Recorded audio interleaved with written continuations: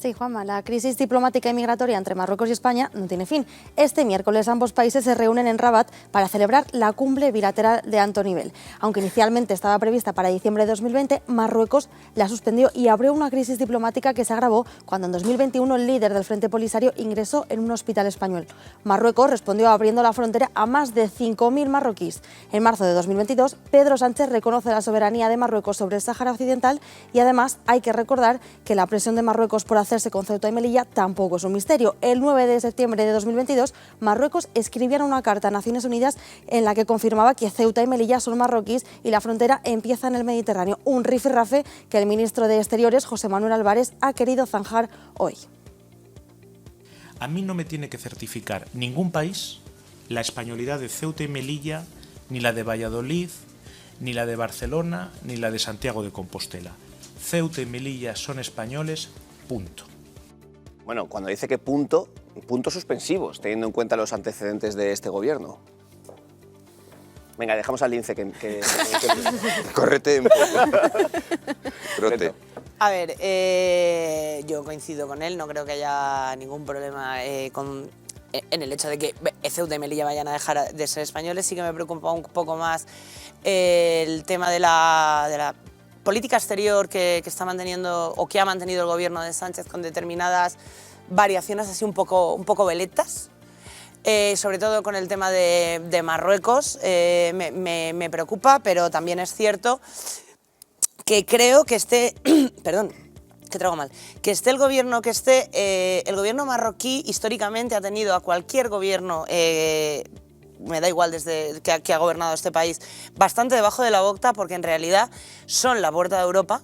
En tema de yihadismo, lo he contado aquí muchas veces en esta mesa, sabéis que uno de mis mejores amigos fue el enlace de antiterrorismo de la Audiencia Nacional durante 10 años y siempre lo ha dicho, que el comportamiento del gobierno marroquí en materia de antiyihadismo es ejemplar, pero creo que el gobierno marroquí utiliza esa ejemplaridad o deja caer que esa ejemplaridad podría dejar de ser tal ejemplaridad si no se atienen muchas veces el gobierno que esté, ya te digo, que me da igual que sea hasta ahora o Partido Popular o PSOE, a determinadas demandas, por decirlo solamente.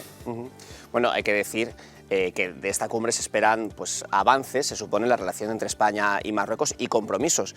Hasta ahora hemos visto muchos compromisos por parte de España. No sabemos cuáles son los compromisos a los que se va a someter Marruecos, que generalmente en los últimos años, sobre todo desde que está Pedro Sánchez en la presidencia, solo ha obtenido ventajas del gobierno socialista. Entre otras cosas, la renuncia imperdonable al Sáhara. No hablamos como territorio, sino las responsabilidades históricas que tiene nuestro país con el pueblo saharaui en un cambio, en un viraje vergonzoso, sobre todo desde el punto de vista de la dignidad de las relaciones internacionales, abandonando a ese pueblo. Un activista por los derechos de los saharauis, Alep Ali Salem, si no recuerdo mal, porque antes creo, Alep, que he pronunciado mal tu apellido, va a estar con nosotros. Buenas noches. Muy buenas noches, un placer. ¿Lo he pronunciado esta vez bien? Sí, lo has pronunciado. Vale, es que antes, en la primera parte de la alternativa, he dicho, te lo he cortado, Alisem, mi compañero Manu de Castro, siempre pendiente de nosotros, me ha corregido por redes. Muy bien. En unos segundos te pido que aguantes porque vamos a hablar del asunto saharaui contigo. Vale, perfecto, muchas gracias. Decíamos, es un abandono indigno al pueblo saharaui y no entendemos por qué.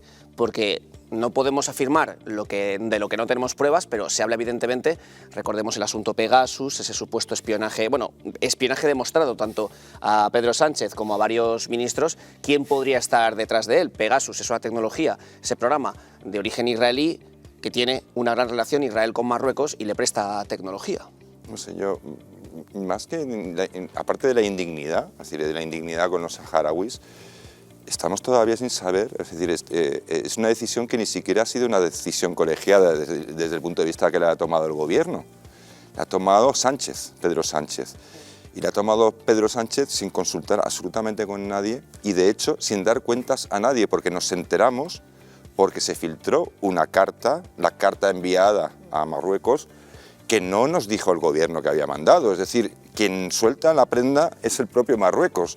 Es decir, La opacidad con la oposición es algo que históricamente la verdad es que no se había vivido. No, pero no solo con la oposición, es que es la opacidad con todo el mundo. Nadie sabe... Sí, pero si empiezas por la oposición es que ya apaga y vámonos. No, pero claro, pero sí, claro, pero es que la oposición, esto es España, pero bueno, es el propio Sánchez con sus propios allegados. Es decir, el gobierno no tenía ni idea de lo que de la decisión que había tomado.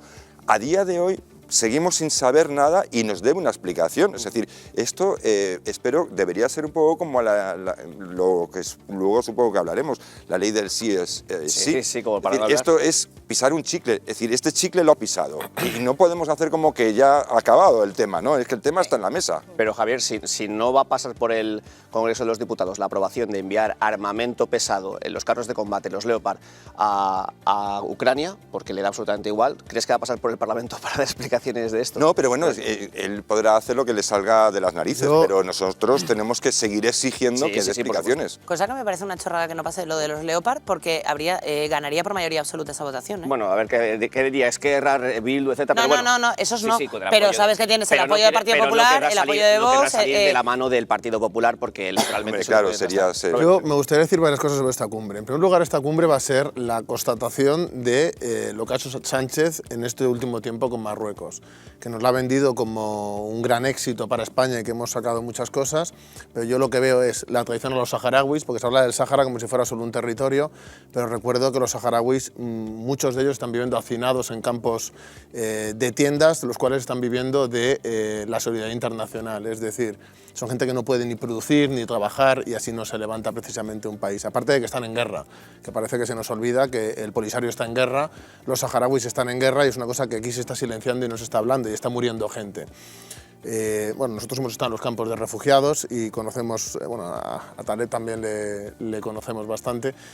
Y hay que decir que precisamente esta cumbre lo que va a hacer es cimentar lo que ya se ha hecho, que para mí es la traición y para mí es legitimar el chantaje de Marruecos con respecto a la inmigración de hacer lo que quiera. Porque ahora mismo Ceuta y Melilla es española, pero hay partidos musulmanes que ya están siendo prácticamente fuerzas dominantes. Entonces son cosas que hay que tener en cuenta, más que nada porque la población marroquí en esas ciudades cada vez es mayor y esa gente está influida por la dictadura de Marruecos. Recordar que Marruecos es una dictadura islámica terrible, y que parece que a la gente se le olvida, pero en Marruecos los presos se suicidan, y digo se suicidan haciendo hincapié en que realmente no se suicidan.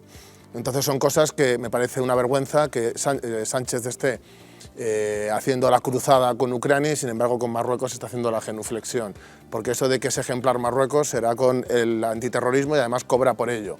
Entonces no sé hasta qué punto es ejemplar cuando están poniendo el cazo, porque España siempre está pagando ayudas y está haciendo colaboraciones, etcétera, y haciendo la genuflexión constantemente a una dictadura islámica que lo que debería de hacer es confrontar con ella y dejar de ser su perrito faldero. Y no solo recibe dinero para cooperar con España en materia antiterrorista, que estoy de acuerdo con Loreto, ¿no? Que o sea, todos los fiscales a los que le preguntan sobre esta materia es cierto que dicen que existe una gran colaboración entre un país y otro, pero Marruecos también ha demostrado, como en otras ocasiones, como por ejemplo cuando se acogió en España de manera ilegal al líder del Frente Polisario, a Brahim Ghali, como de un momento para otro puede abrir las fronteras y crear el caos en España. Él lo ha demostrado y de hecho se lo ha recordado en varias ocasiones a Sánchez. ¿A cambio de qué? A cambio no lo sabemos de qué, porque es cierto que el tema del espionaje al presidente del gobierno y a varios ministros del gobierno está en la Audiencia Nacional, pero creo que no va a tener mucho recorrido y que por lo tanto nunca se va a saber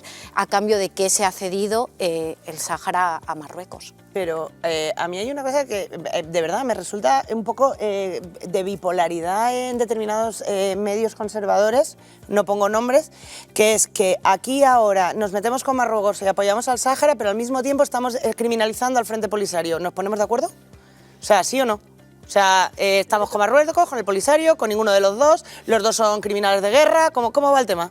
Yo no sé, lo de los medios conservadores me tienen Una cosa es porque los saharauis no quiero apuntar con el dedo a y la nadie. potestad que tiene España con respecto al Sáhara y otra cosa diferente es seguimos ahora debatiendo, pero antes